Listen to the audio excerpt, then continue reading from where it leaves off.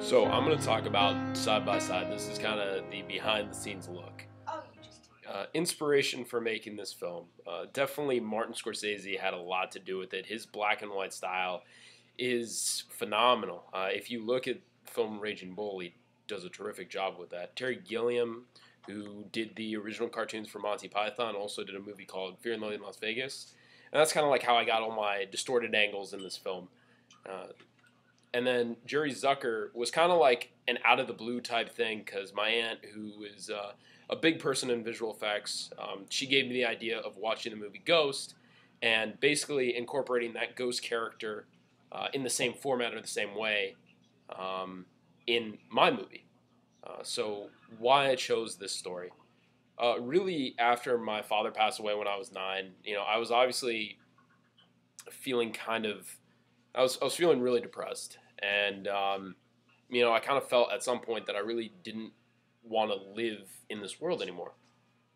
And I thought to myself, I was so young at the time, and I kind of thought about this. I kind of just never gave up, and I know my dad's looking up at me now and saying how proud he is of me, and that was kind of my idea. And also my uncle, one of my uncles who actually kind of died at a young age, overdosing, I kind of decided to incorporate that, incorporate these teenage kids who don't want to live their life anymore.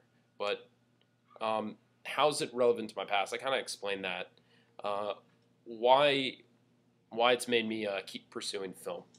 Well, after I made this movie, I got a lot of criticism saying how good it was, and I obviously realized that I was good at what I wanted to do, and I wanted to stick with that and tell more emotional stories with a lot of moral values.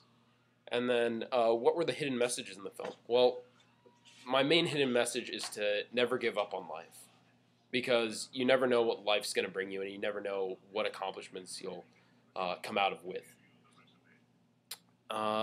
My choice in shots and how it added strong depth to my short film. Well, obviously what I did was I took stuff from Scorsese, tried to combine that gritty, dark, black and white type style, more of a realistic approach. If you look at Schindler's List, you kind of get that same idea as well. And also, Terry Gilliam was a huge part of it.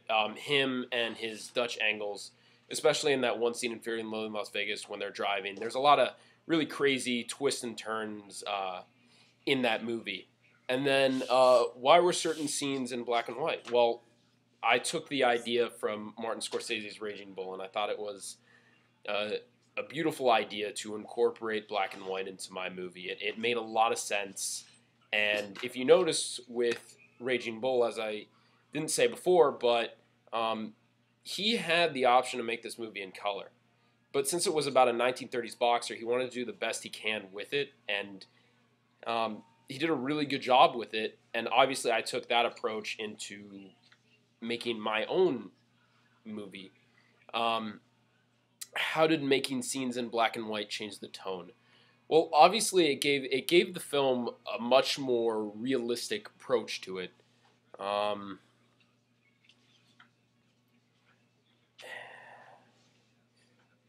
it really gave a stronger tone. And I've loved black and white film, starting off from Charlie Chaplin and the Marx Brothers and all these great comedians that used black and white because they didn't have the option of color. And what that showed was it got the emotions out more. It gave it more of a realistic approach. If you look at with film noir, a detective type thing, it had a gritty, darker edge in it. And that's kind of what I wanted to show. Kind of give it more of a Tim Burton-esque style.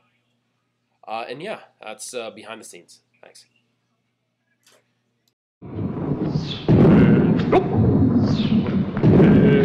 Stop that! Stop that! Stop that! Go on, clear off! Go on, go away! Do it! Go away! And you, clear off!